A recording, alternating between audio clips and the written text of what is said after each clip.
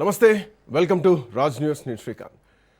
So మొత్తానికి తెలంగాణ రాష్ట్రంలో కొత్త పార్టీ టీఆర్ఎస్ పార్టీ, కవిత టీఆర్ఎస్ పార్టీ ఆవిర్భవించిన తర్వాత వెంటనే ఈక్వేషన్స్ ఏమైనా మారేటువంటి పరిస్థితులు కనిపిస్తున్నాయా?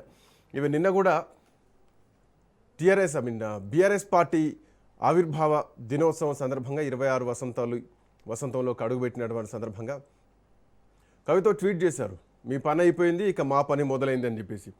మరోవైపు టీఆర్ఎస్ పార్టీ ఎక్కడ, అసలు బీఆర్ఎస్ పార్టీ కూడా ఉండదో తెలియదు. సో రాష్ట్రంలో ఆ పార్టీలకు స్కోప్ లేదంటూ ముఖ్యమంత్రి ఇంకోవైపు మీడియా చిట్చాట్లో మాట్లాడడం. బీఆర్ఎస్ పార్టీ పని అయిపోయిందంటే కేసీఆర్ బయటకు వచ్చారు. సో బీఆర్ఎస్ పార్టీ ఇట్లాంటి పార్టీలు ఎన్నో వచ్చినాయి, పోయినాయి, కాలగర్భంలో కలిసిపోయినాయి. ఏ పార్టీ అయినా అంతే అది అంటూ ఇండైరెక్ట్గా కవితను ఉద్దేశించి నిన్న ప్రెస్ మీట్లో కేటీఆర్ చేసినటువంటి కామెంట్స్. మరోవైపు బీఆర్ఎస్ పార్టీ గ్రౌండ్ లెవెల్లో ఇంకా స్ట్రాంగ్ చేయడం కోసం ఇప్పటికే జిల్లా కమిటీలు కానీ మండల కమిటీలు కానీ మొత్తం నిన్న రద్దు చేశారు.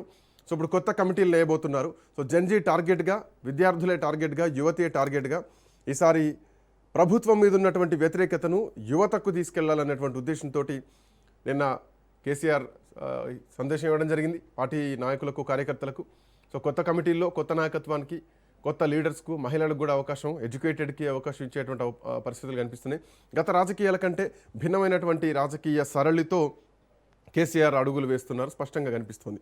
ఈ కాలం యువతను ఆకట్టుకోవడానికి, ఎందుకంటే ఉద్యమ కాలం నాటికి యువత అంతా కూడా ఇప్పటికీ మధ్య వయస్కులు అయ్యారు కాబట్టి, సో ఈ తరానికి మళ్ళీ ఆ ఆనవాళ్లు తెలియాలంటే సో మళ్ళీ ఇంకొక కొత్త రకమైనటువంటి పంథాలో వెళ్ళాలి.